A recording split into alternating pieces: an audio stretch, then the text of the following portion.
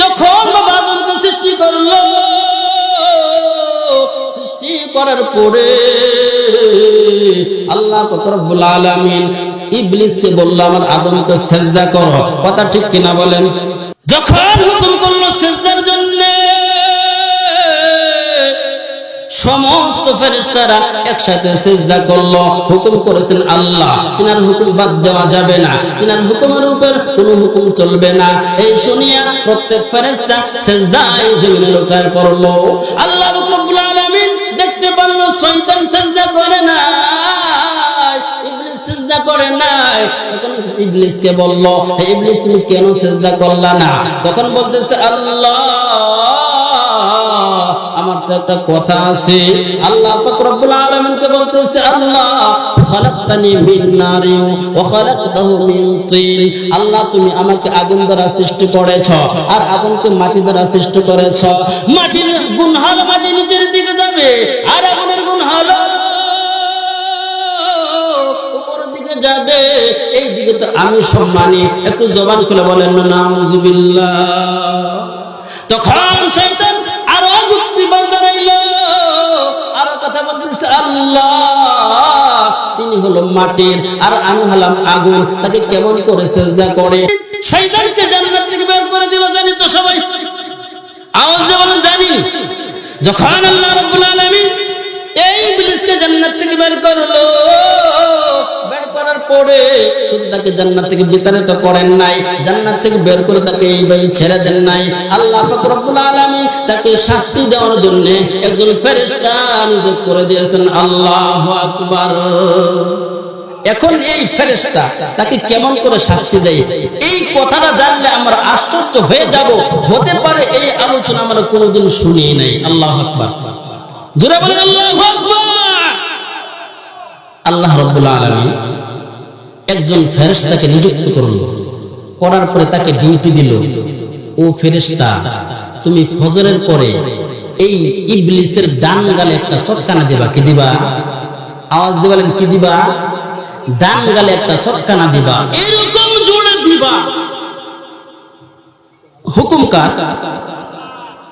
এই ব্যক্তি ফেরেশতা একটা চটকানা ডান গালে দিল। দেওয়ার পরে এই ব্যথার যন্ত্রণা এরকম অতিরিক্ত, এত কষ্ট, শয়তান বলে আল্লাহ এর চাইতে কষ্টদায়ক শাস্তি মনে হয় আর নাই। আল্লাহু আকবার। আরেকটা জোরে বলে আল্লাহু আকবার। তারপরে বলল ফজরের পরে যেই চটকানাটা দিব এইটার যন্ত্রণা মাগরিব পর্যন্ত অস্থির থাকবে আর জমিনে গড়াগড়ি করতে থাকবে। আল্লাহু আকবার। জমিনে উলট পালট করে এই ইবলিস গড়াগড়ি করে, চিৎকার করে, কান্না করে, এই কান্নার কোনো ফায়দা নাই। আওয়াজ দিয়ে বলেন ঠিক কিনা? আরেকটু জোরে বলেন না ঠিক কিনা? আবার বলতেছে মাগরিবের পরে বাম গালে আরেকটা চটকানা দিবা। নারায়ে তাকবীর। আওয়াজ দিয়ে বলেন নারায়ে তাকবীর। যখন বাম গালে আরেকটা চটকানা দিল, দেওয়ার পরে এই যন্ত্রণা সারা রাত্র ফজরের আগ পর্যন্ত। কিতাবের মধ্যে আসছে, তাফসীরে কিতাবের মধ্যে আসছে এরকম ভাবে একবার দুইবার নয়, ৭৬৫০টা চটকানা খাইছে। কয়টা? ৭৬৫০টা চটকানা যখন খাইলো, আরেকদিন মাগরিবের পরে চিন্তা করতেছে যে এত কষ্ট আর কত। হঠাৎ মনে পড়লো আল্লাহ যখন আমাকে ফেরেশতাদের সর্দার বানিয়ে রেখেছিল, মুআল্লিমুল মালায়েকা, ফেরেশতাদের উস্তাদ ছিল, ওই মুহূর্তের মধ্যে জান্নাত জাহান্নাম দেখছিল, কিন্তু আরশে মহল্লা দেখে আসলাম। তিনার নামের পাশে একটা সুন্দর নাম, তিনার নামের সাথে একটা সুন্দর নাম লেখা আছে। হতে পারে ওই নামটা সাধারণ কোনো নাম নেই, ওই ব্যক্তির নামটা নিয়ে আল্লাহর কাছে একটু দোয়া করে আল্লাহ যদি মাফ করেন। সুবহানাল্লাহ। আমার ভাইজান, আমার বন্ধুগণ,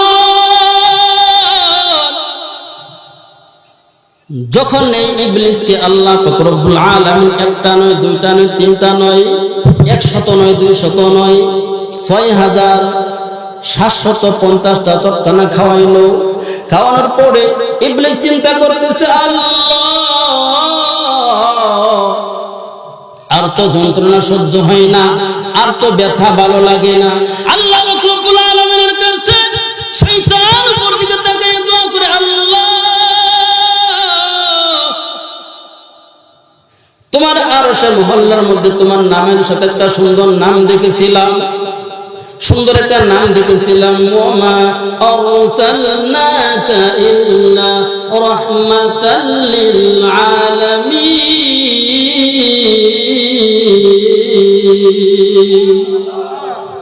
আল্লাহ রাব্বুল আলামিনের কাছে ইবলিস উপর দিকে তাকিয়ে দোয়া করে, আল্লাহ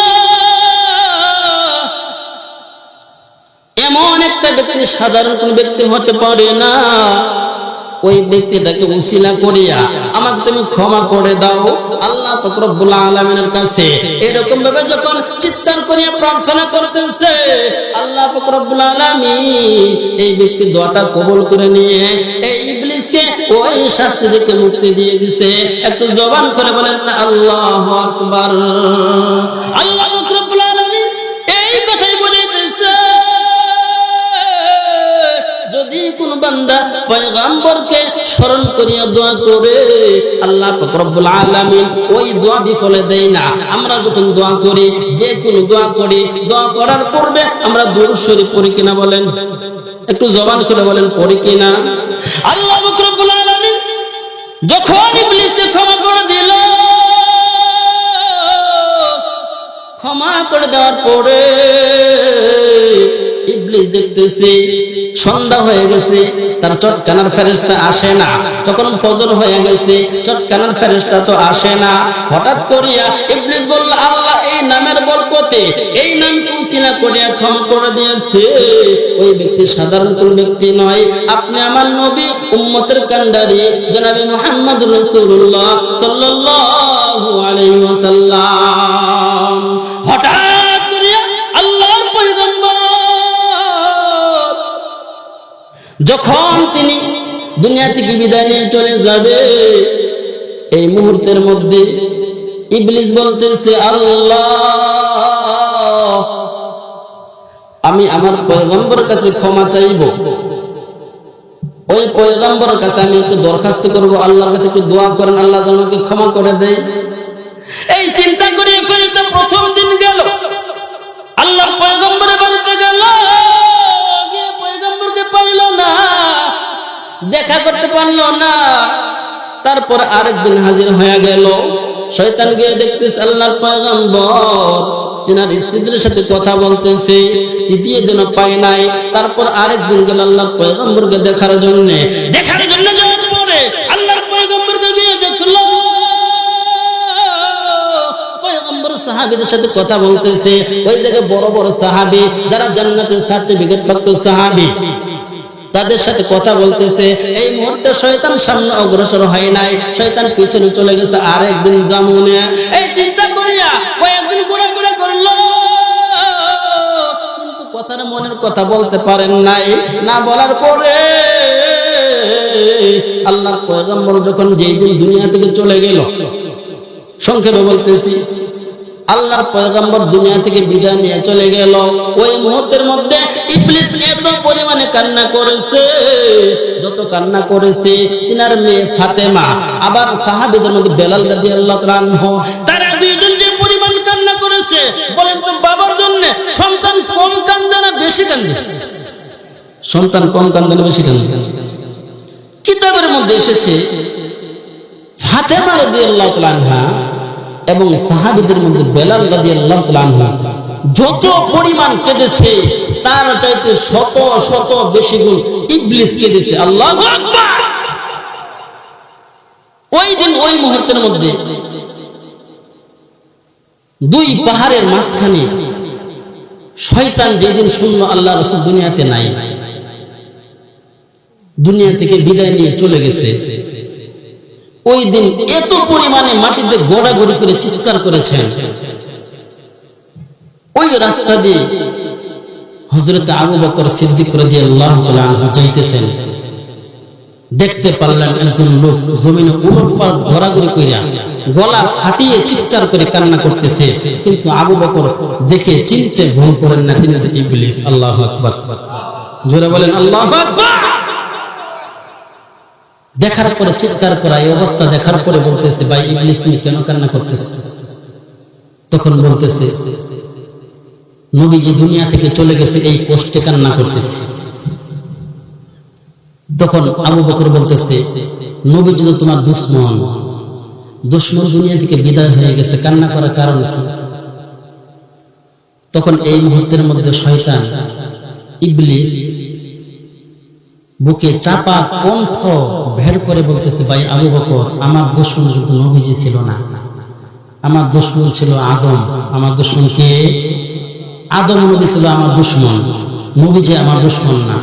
আমি ভেবেছিলাম অন্যান্য নবীরা শত শত বছর হায়াত পেয়েছে, কিন্তু আমি কল্পনা করে নাই আমার এই দয়ার নবী ৬০-৬৩ বছরে দুনিয়া থেকে বিদায় নিয়ে চলে যাবে।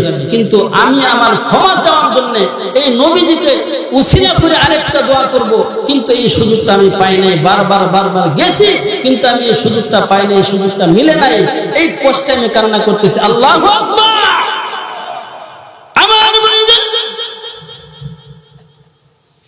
আমার বন্ধুগণ,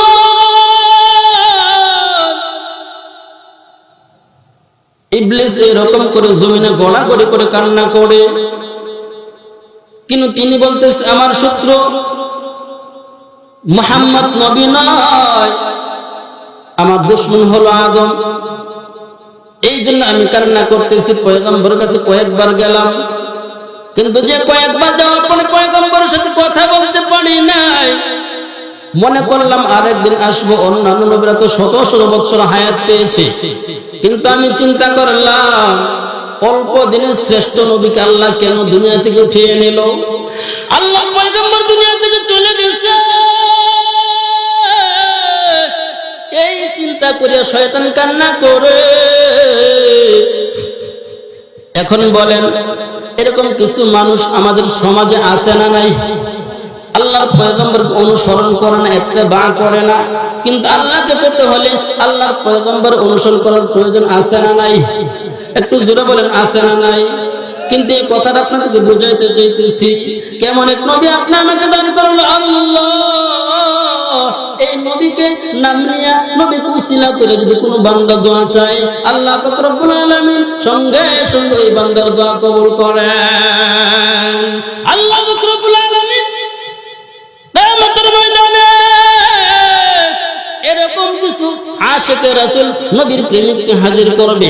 আল্লাহ পাক রব্বুল আলামিন সিংহাসনে বসবে, বসার পরে ডাকবে সমস্ত মানুষদেরকে, ইয়াউমা নাদউ কুল্লা উনাসিন বিইমামিহিম ফামান উতিয়া কিতাবাহু বিয়ামিনিহি ফাউলাইকা ইয়াকরাউনা কিতাবাহুম ওয়ালা ইযলামুনা ফাতিলা। আল্লাহ পাক রব্বুল আলামিন কিয়ামতের ময়দানে বিচার কাজ করে বসবে। বসার পরে সমস্ত মানুষদেরকে ডাকবে আমল হাজির করার জন্য। আল্লাহ পাক রব্বুল আলামিন এমন মানুষদেরকে ডাকবে, কিছু সংখ্যক মানুষ দুনিয়াতে ছিল, আল্লাহ রাসূলকে ভালোবাসতো, ইত্তেবা করত, মুহাব্বত করত, কিন্তু উপর দিয়ে মুহাব্বত করত, ভিতর দিয়ে আল্লাহর পয়গম্বরের ক্ষতি করত। আওয়াজ দিয়ে বলেন, এরকম লোক সমাজে আছে না নাই? আল্লাহ পাক রব্বুল আলামিন ওই মুহূর্তের মধ্যে ওই মানুষকে ডাকবে। ডাকার পরে আল্লাহ তাআলা বলবে, আমলনামা হাজির করো। এই আমলনামা ভিডিও করার জন্য ফেরেশতা আছে না নাই? কিরামান কাতিবিন আছে না নাই? ওই সমস্ত কিছু দুষ্ট লোক আছে, তারা কি বলে বলেন, কিরামান কাতিবিন যখন আল্লাহ তাআলার কাছে আমল হাজির করবে, সমস্ত সাক্ষী দিবে।